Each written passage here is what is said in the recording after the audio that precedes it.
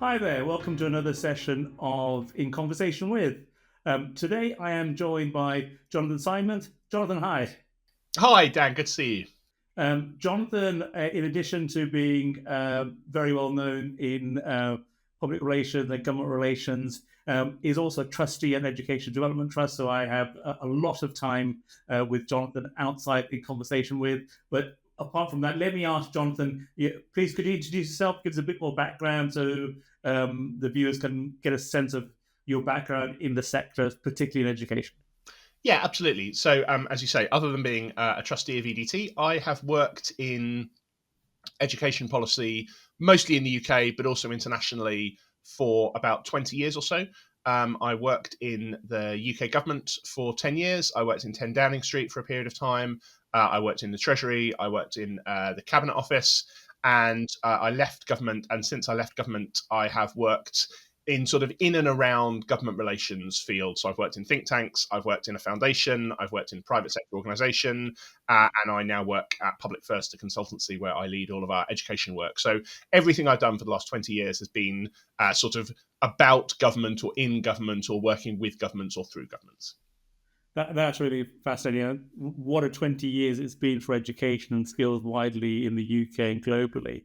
I mean, given your experience, given what you've been doing in education policy and strategy across various organisations inside and outside government, how has that experience, particularly at Public First, shaped your perspective on what I think are some rather interesting current challenges and opportunities in the UK education sector? So, I mean, look, a lot has changed in 20 years in the education space, and not just in the UK, but internationally as well. I think we have all collectively learned a huge amount about that famous phrase, "What works." But what doesn't work, we've learned where money can be effectively spent and less effectively spent. We've learned about some of the things which really affect young people's attainment, well-being. I think the thing that I've really learned is the kind of the different perspectives. So trying to understand what a domestic government is trying to do, trying to understand what bilateral donors are doing, trying to understand the role that third-party advocacy organisations make, trying to understand, again, this phrase, the delivery journey that comes from a government funding announcement through to a kind of contract, through to a third party like EDT mobilising on the ground, right through to then understanding how that work is evaluated and impacted, and then how that goes back up into the policymaking cycle to hopefully improve things even more for next time round. So yeah, a kind of huge amount of learning about every aspect of provision. And what's happened with that cycle? Because that's absolutely what we all look at, from, be it a new government or an old government, putting out a thought, getting a paper, getting a white paper, to actually delivering real results. Has that cycle got shorter, longer? What's your sense over the last 20 years? So if you read any sort of political science textbook or anything like that, they will literally draw it as a cycle, right? So it starts with identify what your problem is, Yeah. then it goes through to think about a solution, then it goes through to sort of implement that solution, including whether that needs legislation or Yeah. funding, then it goes through to execute, then it goes through to evaluate, and then the cycle begins again. And Yeah. I would say that the one thing that the last 20 years has shown me is that not once has the cycle operated smoothly like that. I mean, it is much more accurately described as a kaleidoscope, where at any one point, different actors in the policy-making process are thinking about implementation, thinking about legislation, starting backwards from this is the announcement they want to make, and therefore how do you find it, thinking about funding levels, chucking things in left, right, and centre, thinking about the media angle and the optics to all of this. And so what has happened is it's just a permanent sense of semi-controlled chaos.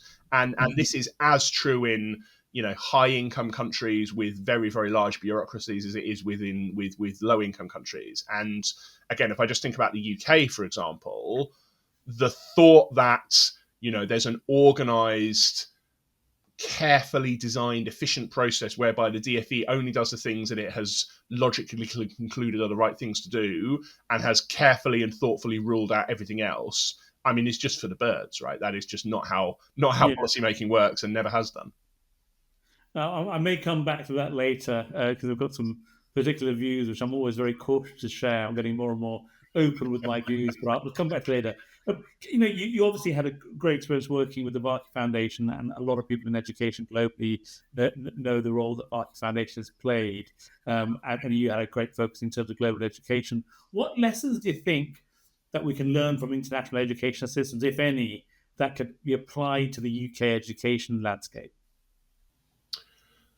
So I think there's a few things that we can learn. One is, this concept that was very very big a few years ago of leapfrogging, Yeah. and the idea that actually, just because what are now currently more advanced economies and developed education systems took however many years to go through this process, doesn't mean that everyone else has to follow that cycle. And this applies in other fields as well, right? The argument is that not every other economy has to go through a mass heavy industrialization and heavy use of hydrocarbons just because that was how we did it 100 years ago. It is now possible to leapfrog that stage and move straight to cleaner, greener energy. And I think the same principle applies in some form of education. We understand quite a lot about that, but equally there are ways in which education systems in less advanced economies are actually leapfrogging ahead quite quickly, and actually where a lot of the really, really innovative and interesting work is happening. So, you and I were at a dinner the other day when somebody was talking to us, I thought really convincingly about AI and how Yeah. AI is operating in education in, education systems which are funded a lot less generously than UK. But actually, they are the ones that are making quite innovative judgments about how you use data, what is stored locally, how you can engage on this stuff, what can and can't happen. These are things where necessity is pushing people to innovate, as I say, in many ways more quickly than the UK is. Absolutely. I think that the leapfrogging principle and the deployment of AI could be a leveler. I agree. Um, I mean, we had a great dinner the other night. We talked about AI um, and how governments are reacting and using it. But you've worked directly with the government's and equally the Prime Minister's strategy unit. How is that happening? How is the government evolving in terms of addressing some of our inequalities in the UK level and globally, which were kind of made significantly more um, uh, worse by COVID? Um, this is, honestly, this is much talked about and relatively little acted on, which is not for the want of trying. Um, as you rightly say, COVID. I think COVID illustrated a number of things. One of which was just quite how fragile the educational ecosystem is. I'm not saying that COVID wasn't a big disruptor, Mm. but it was the fact that, for example, schools were responsible for doing food packages for children because absent there being a place they can go for 5 days a week, 38 weeks a year to get food at lunchtime means there was no food available for them. I found that quite shocking, I have to say. The fact that a lot of work was done to zero rate certain websites so that you can access them on a mobile phone and it doesn't come off your data plan. And the fact that there was a huge demand for that type of work. I thought COVID really, as I said, illustrated the sort of fragility of the ecosystem that we operate within. I think, the government is quite optimistic about the potential for AI in education. It's one of the main use cases that they keep on quoting when they think about public sector reform. There's a number of things which they are thinking about the way in which that can be used. One of them is sort of personalized tuition and personalized catch up. One of them is around sort of teacher reduction and teacher workload, either around sort of administration or around lesson planning. One of them is around a sort of greater and more equitable access to subject expertise. So if you don't have a maths teacher or a physics teacher, can AI and high quality designed programs allow you to use this? And then one of the other things they're talking about, and this applies in the health sector as well, one of the advantages of our incredibly rich data in the UK is that you have a huge amount to work with and train people on. So just as the NHS, and a lot of people have some nervousness about this, but just as the NHS offers a vast amount of data to allow clinical companies to think about how diseases Yeah. work and how drugs work, it's just a massive millions and millions of data points. So too do we actually have an incredibly high quality data store of young people's test scores and how that aligns to where they live in the country and what kind of school they go to and how old they are and what month of the year they were born on and so on and so forth.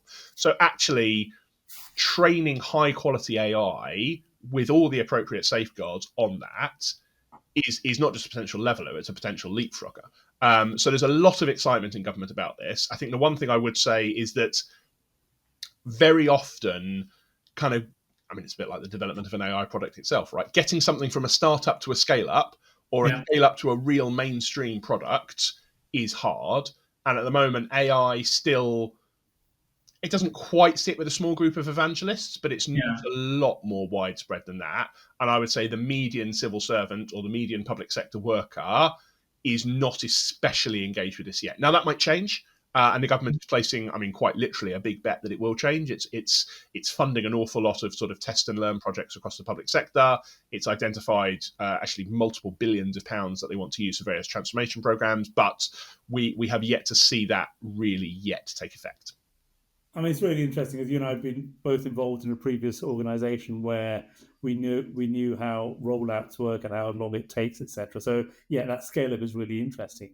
But I mean, and this is sort of my beginnings of my frustration coming out. If you look at some of the sectors in the UK right now, healthcare in particular, we have a Secretary of State West Streeting who's acknowledging the delays, is putting changes in. We know the investment. We know there's more. He spent recently 100 million on doing various pieces about GP appointments, etc., etc. We don't hear anything in education apart from the need. We need more teachers. We need more teaching assistants. We need more in skills. We need more career advisors. What's actually happening? Because 10 months into a new government, and EDT is quite well dispersed in the education and skills sector. We don't hear active statements coming from the government around what's happening. So I think it's a really good challenge that you raise, and the truth is that the Department for Education hasn't actually done a lot concretely about this at the moment. Oak National Academy theoretically has now a sort of AI mission within the department, but again, it's not quite clear what that looks like in practice, beyond the fact that they're now rolling out an AI assistant.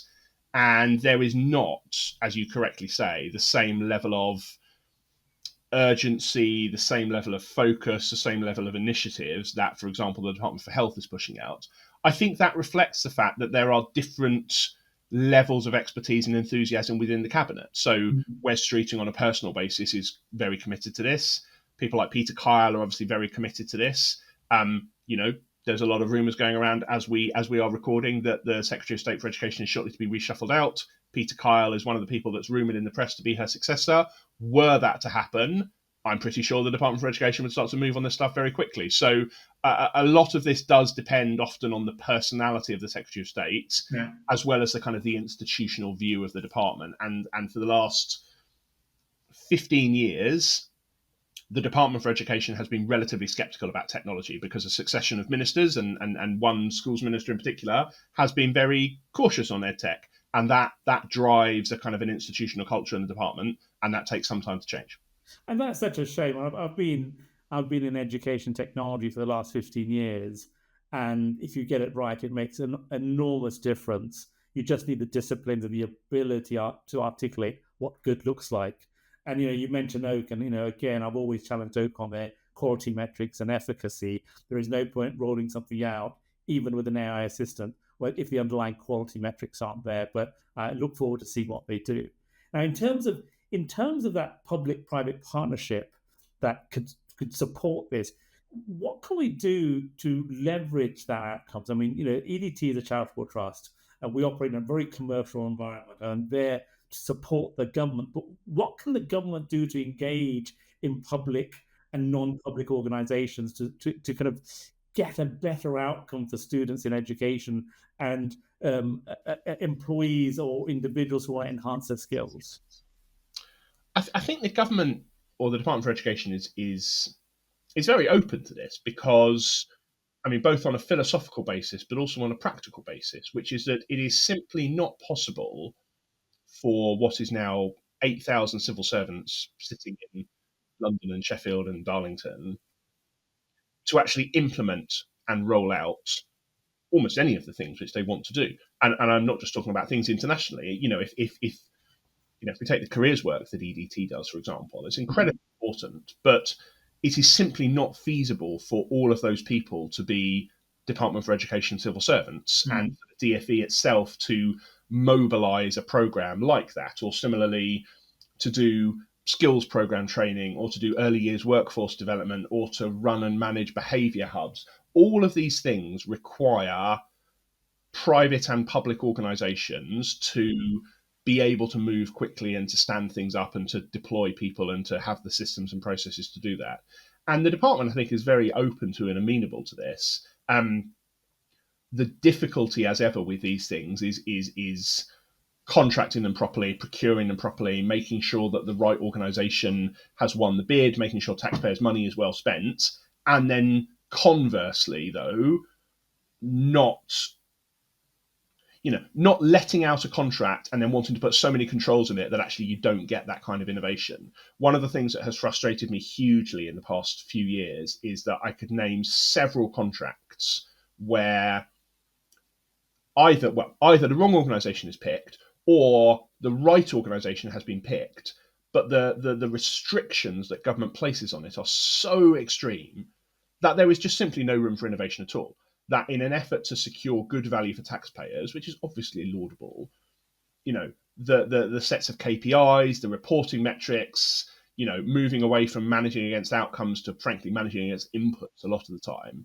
I mean, if you're doing that, you might as well just run the contract yourself. If you are so mechanistic and specific and precise on how you want to run a contract, just do it yourself. If actually what you want is to harness the innovation and enthusiasm of a charitable or a private or a not-for-profit entity, hold them accountable for outcomes, but leave it up to them to decide what their inputs look like, decide how AI is going to be utilized, decide how the workforce is going to be deployed. That's where you get innovation happening. It doesn't come with a bunch of people like me sitting around in London thinking, here's an idea, here's how we can do something innovative.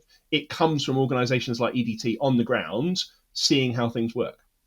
Yeah, I mean, it's not a plug for EDT, but we've been doing this for 57 years. Right. And we've done everything from teacher development, professional development training for teachers, early careers, behavior hubs, skills. So we kind of know what we're doing with progressively different governments, with different ideologies. But I always say, let the results speak for themselves. So I think, and I totally echo that view, if we could be just get on with it, and we'll deliver the results, hold our feet to the fire for the results.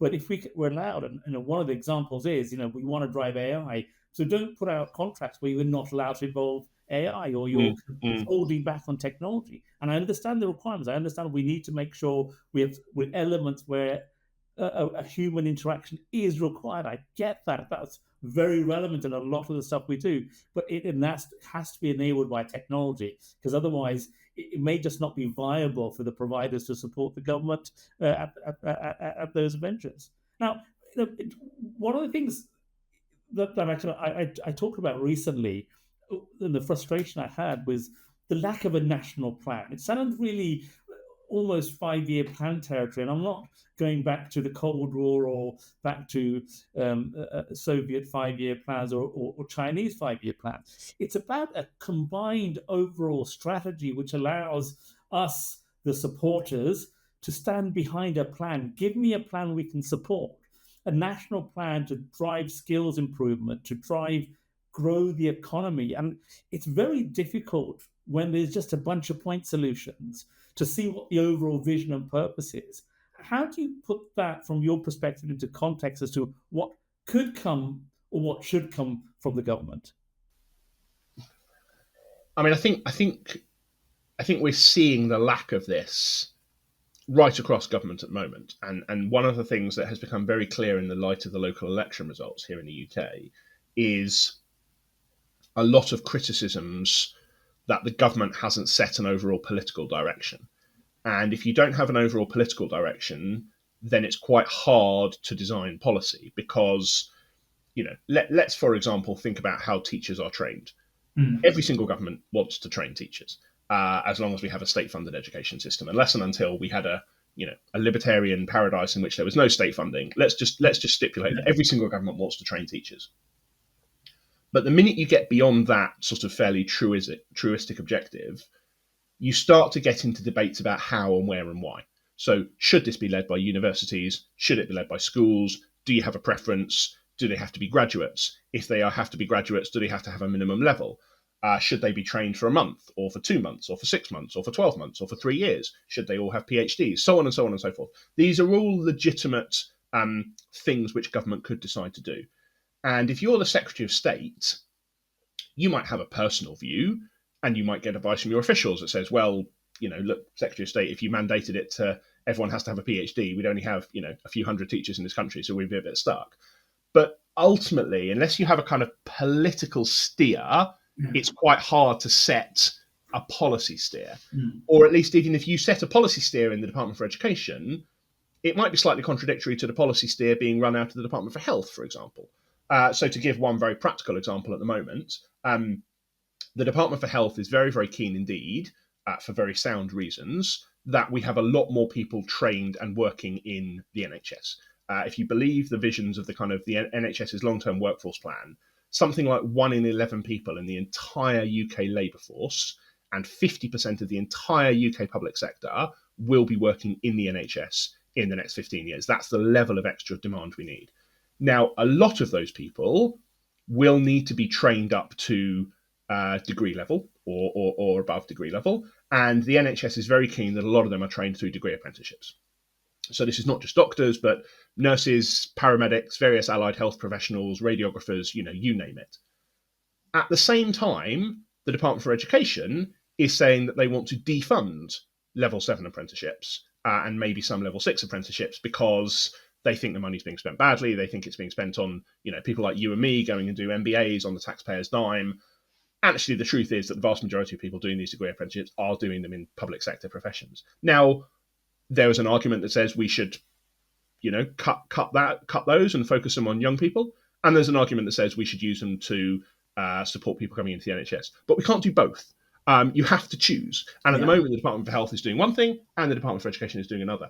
And that's just one example of when you don't have a kind of a unified vision, you end up with either an absence of a plan or plans that go in completely opposite directions of each other. So a very long-winded way of saying I entirely agree with you. Ultimately, this has to come from the very centre of government because that's how you set a vision and a plan, and that's what you task your secretaries of state with then carrying out. I think that's very relevant, and actually, I think it's those points become more relevant with since we arranged this call. What's happened in terms of the local government, the change in dynamics. How do you think that changes the execution of policy? Were there a great educational skills policy framework? Is the rebalancing of the sort of political landscape at a local level, would that have any implication on that? Will that change that policy deployment into reality? So yes, it could well do. So, if you take a long-term view, going back into the past, the long-term view of every government since about 1988 has been that local government shouldn't really be involved in schools. We'll come to skills policy in a second, but essentially, ever since the Education Reform Act of 1988, which was 30 odd years ago now, local government should not be involved. School leaders should be involved, and school leaders should be increasingly funded and held accountable directly from Whitehall by whatever the central government department is called. And that, as I say, that's been something which Conservative government, then Labour government, then Conservative government have all sort of merrily adhered to. In the last probably, 5 years or so, that has started to reverse, particularly around post-16 education and particularly around adult skills. So mayors now control well over half of the total skills budget in England. And places like London, I think, have over £1 billion of skills funding a year. West Midlands, Greater Manchester, many, many hundreds of millions. Now, they still don't control schools funding. That still goes straight from central government down to the school. But it is not impossible that in 5 years' time, we're sitting here saying London or Manchester or West Midlands or West of England or North East Combined Authority actually does have quite an important role, either funding-wise or regulatory-wise. And that will change things because, for good and for bad reasons. On the one hand, it allows you to have more customised local solutions.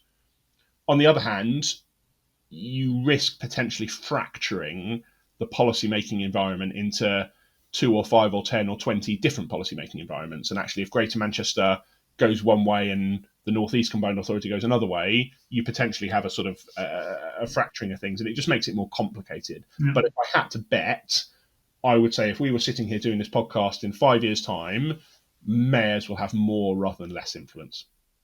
Interesting. The US is doing it right now, so interesting to see how that pans out for the US. Jonathan, that's been great. Finally, I mean, obviously, what can organizations, not necessarily EDT itself, what can organizations like EDT, what role can we play in the currency sort of policy context? What can we do to make a difference?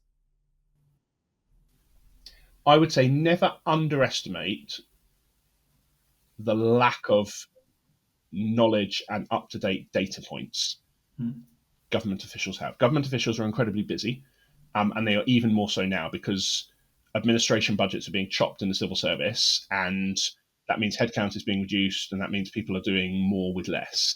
And so actually the thing I sort of struggled to get across to people, even when I was sitting in number 10, was, if I was lucky and I really pushed this and I prioritized it in my diary, I went and saw 4 or 5 schools a year.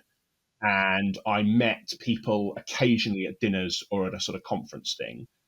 But my ability to really get engaged more than that was almost zero. And the things I really valued were people who I trusted just saying to me, have you seen this? Here's some really interesting stuff.